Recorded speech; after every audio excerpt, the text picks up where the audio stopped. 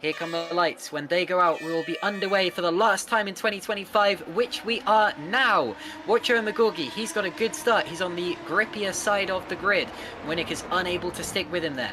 Mounier gets through cleanly. Tyne gets through cleanly, but with a little bit of a twitch, and I think it was clean at the back as well, but we still got the faster section of the track to go. We still got the long back straight as well. That's where the overtaking happens. Look at Tyne now to the inside of Carlos Martin.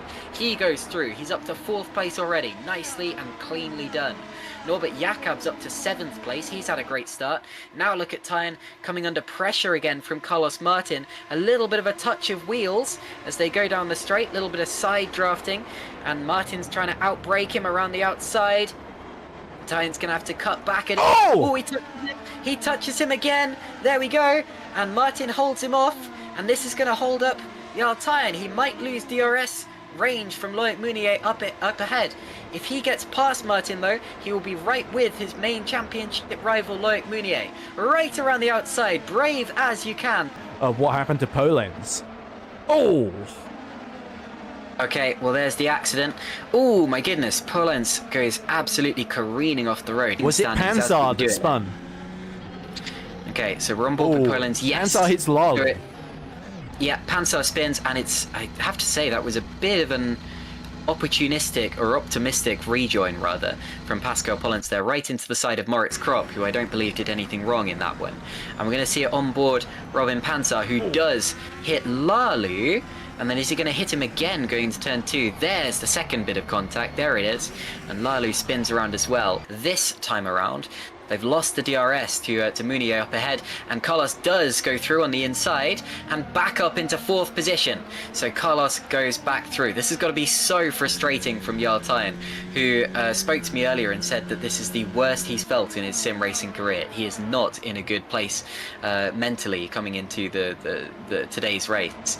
But as you can see, he's getting right back on the horse. He's gone right back around the outside of Carlos Martin, and now he's got Carlos Martin coming back at him just as he did a lap ago.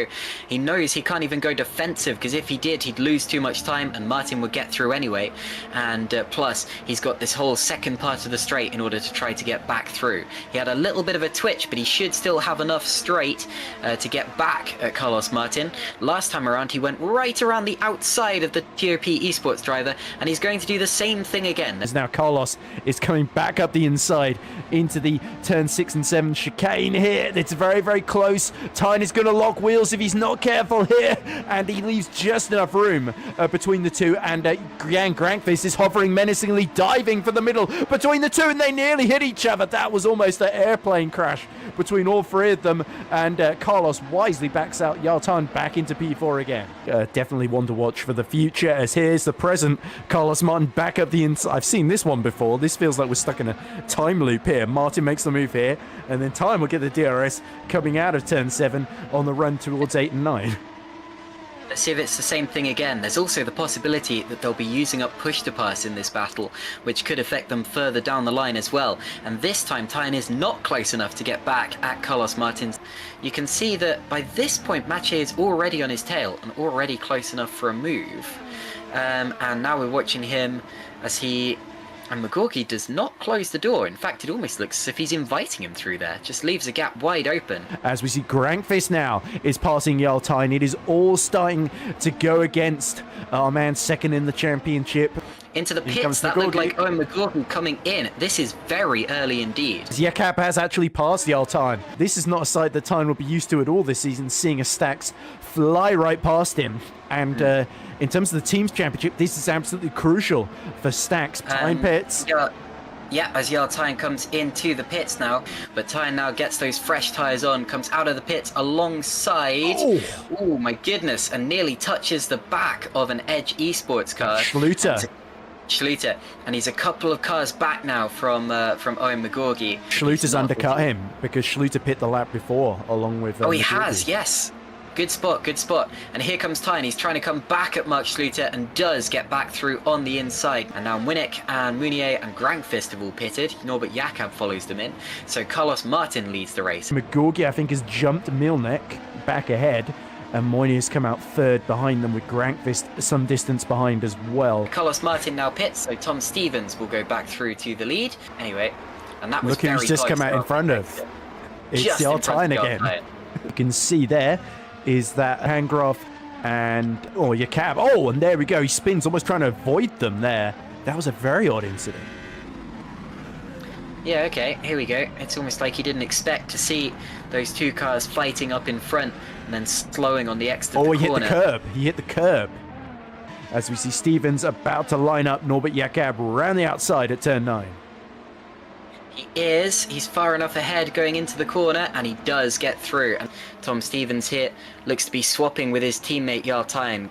Is forced to go the longer way around, so that didn't necessarily look like team orders. As you see Ruben van den Hudding crashing out, and that's why he's DNF'd from the race. Gorgie, of course, has got the oldest tyres. That's why he's struggling the most at the front of this train. There's a small gap for Milnek up the inside into turn 9, and Maciej Milnek retakes the lead then. Jarl Tyne pits. As we see Jakob going side by side with Schluter into turn 6, and he has cut him off there. So good move from the Stax driver. Xavi Ross now around the outside of Jeffrey Fournier. McGorgy does come in, and I think that was expected after Tyne's stop. He had to cover him off. As here we go, Mournier going for the lead, and Milnek leaves the door open there, and so our championship leader finally takes the lead of the race. And Grankvist pits. Scott Flack, is it going to be the same as Ruben van den Hudding? He's actually going to hit the wall on the other side, and very nearly cleans out a Green Stripes car who got so lucky to avoid that one. That was Handgraf, so yeah, that would have been a terrible way for both of their seasons to end.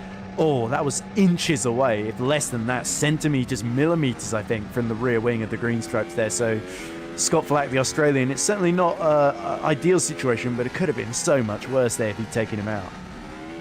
Absolutely. Whoa, look at that! It's like a jump scare.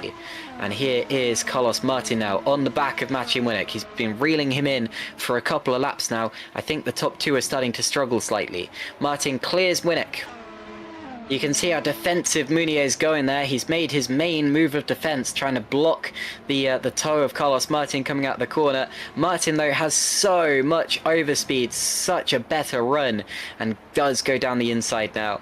And Carlos Martin leads this Grand Prix as into the pits does come Loic Mounier now.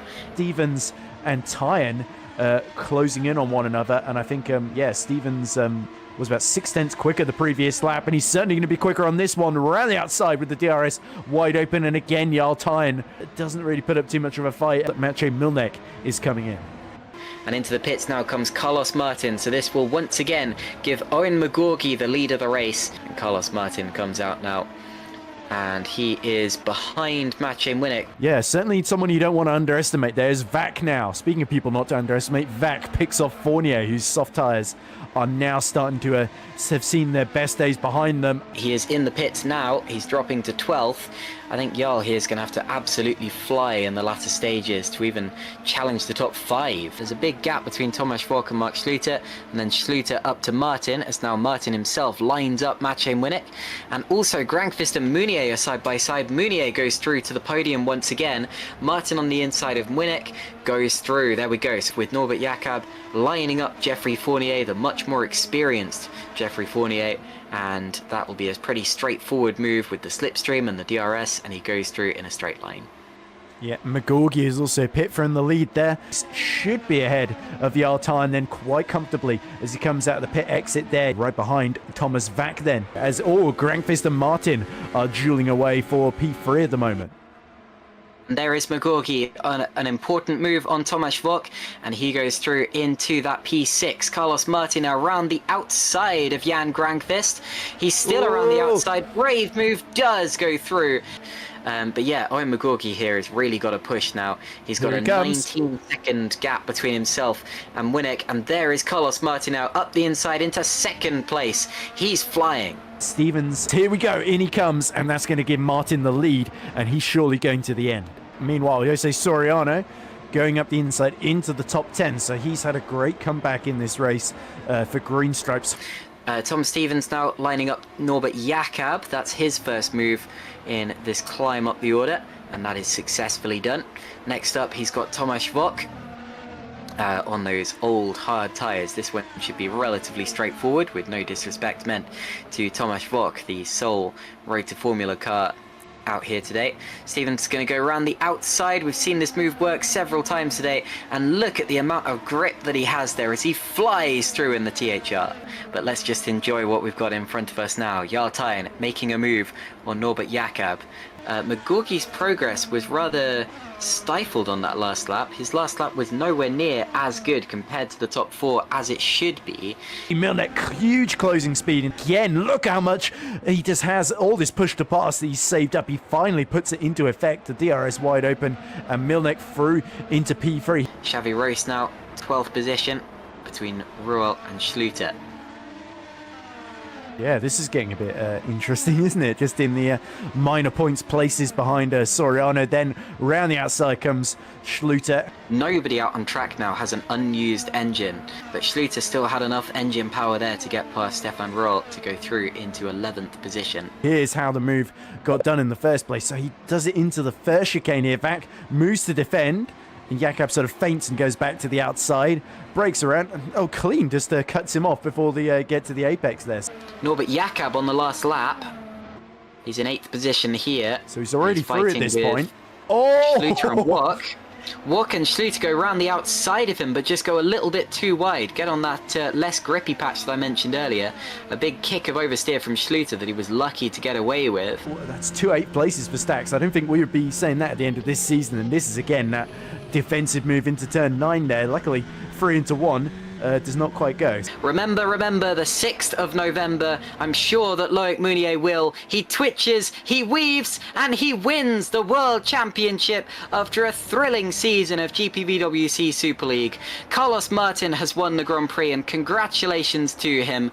And they're both going to celebrate a lot. Carlos Martin takes his first and only victory of the season, making it 8 different winners from 16 races. That's a 50-50 chance of seeing a completely different race winner if you watch the Super League race this year.